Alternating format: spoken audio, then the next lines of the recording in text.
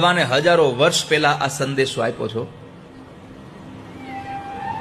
કે સ્ત્રીઓએ સાંજની સંધ્યા પછી ઘરની બહાર નીકળવું નહીં, અને નીકળવું જ પડે એમ છે તો જો અપરિણિત હોય તો પિતાના ઘરેથી કાં તો પિતાને અથવા તો પોતાના ભાઈને સાથે લેવો, અને જો વિવાહિત હોય તો પોતાના સસરાના ઘરેથી પોતાના પતિને અથવા તો કોઈ પણ બીજા પુરુષને સાથે લઈને જવું, પણ એકાંતમાં ક્યારેય સાંજની સંધ્યા પછી સ્ત્રીઓએ ઘરની બહાર ન જવું જોઈએ. આવી ભગવાને હજારો વર્ષ પહેલા આજ્ઞા કરી છે, પણ આપણે એ આજ્ઞાનું પાલન કર્યું નહીં, અને એક આ સમય આટલો બધો પરિવર્તિત થયો, અને એ પરિવર્તિત સમયમાં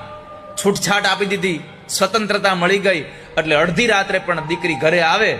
તોય કાંઈ કોઈ પૂછે નહીં, એટલે પછી આ બધું જ અંકુશ વગરનું થઈ ગયું, એટલે પછી મોઢા કાળા થવા લાગ્યા સમાજમાં.